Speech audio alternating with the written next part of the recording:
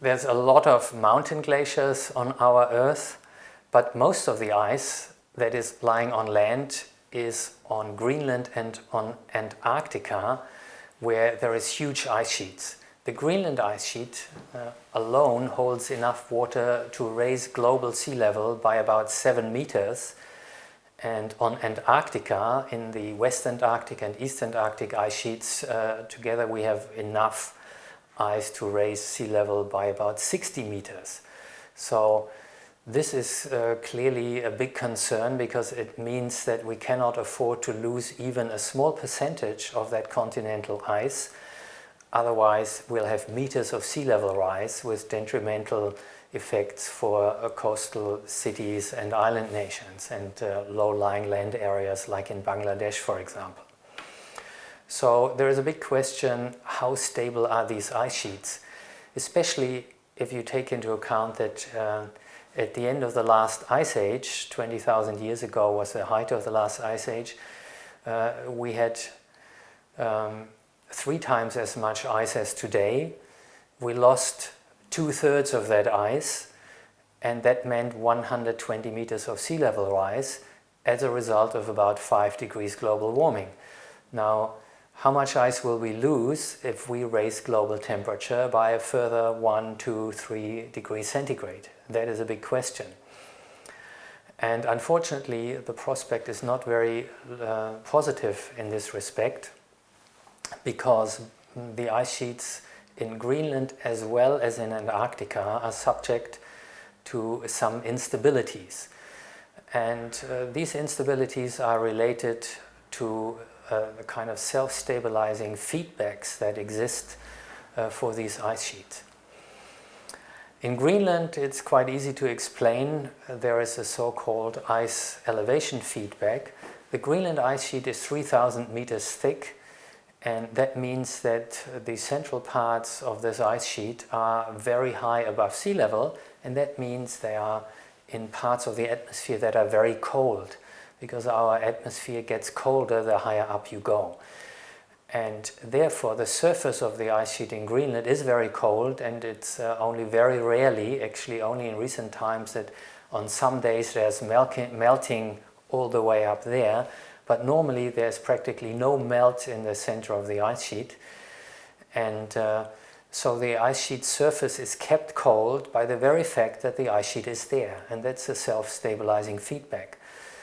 When the ice sheet loses mass and gets thinner and thinner, the surface automatically moves into warmer layers of air because it gets lower down in the atmosphere. And so this is a kind of vicious circle that can be started there.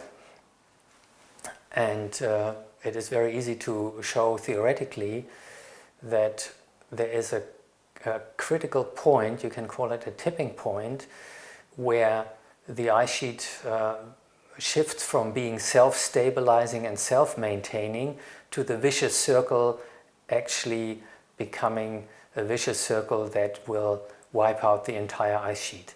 Luckily, we believe that this will take many hundreds, if not a few thousand years to complete, so we do not expect 7 meters of global sea level rise anytime soon. But there is real concern that we might trigger that vicious circle, the irreversible loss of the Greenland ice sheet, possibly even within the next decades. We already observe the ice sheet losing increasing amounts of mass now. That we can determine from satellites by the GRACE satellite mission that basically weighs the ice mass on Greenland with a very ingenious system of 2 satellites flying very close to each other and feeling the gravity pull of that ice mass. And you can see, if you look at the NASA satellite data, where that ice sheet is losing mass. It's mainly around the edges. In the center of the ice sheet, it is actually gaining a little bit of mass. That is also to be expected because climate is getting warmer.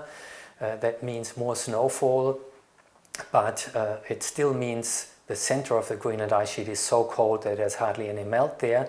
So in the center, it's building up snow and therefore ice mass. But around the edges, it is losing more and more, and the overall effect is an increasing mass loss of Greenland.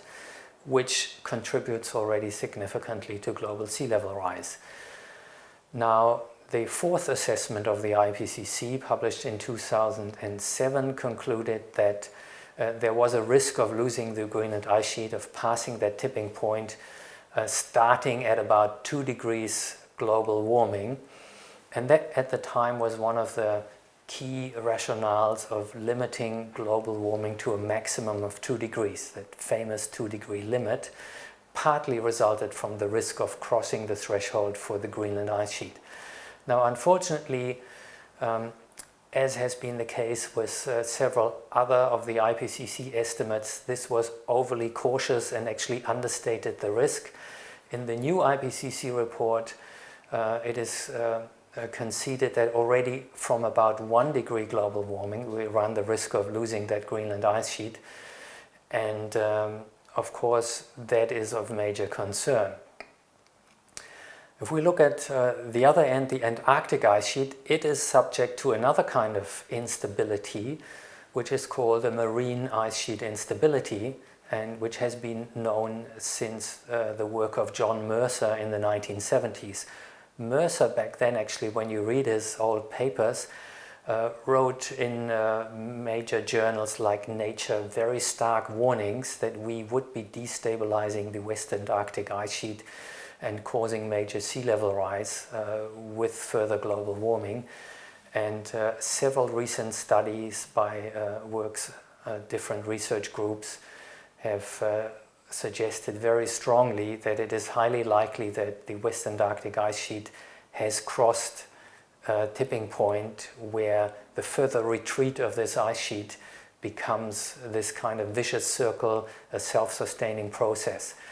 For this marine ice sheet instability, basically it works, it kicks in when the ice sheet is on a backward sloping underground, a backward sloping bed, because then the further it retreats, the less friction there is that resists the further flow of the ice into the ocean and further ice loss.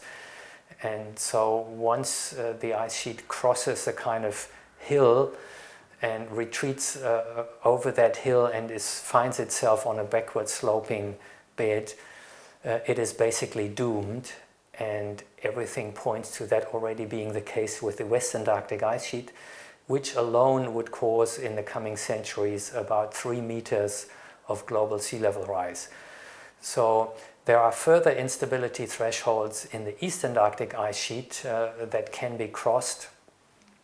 For example, in the Wilkes Basin, that if we cross those stability threshold, we would probably commit further meters of sea level rise in the future.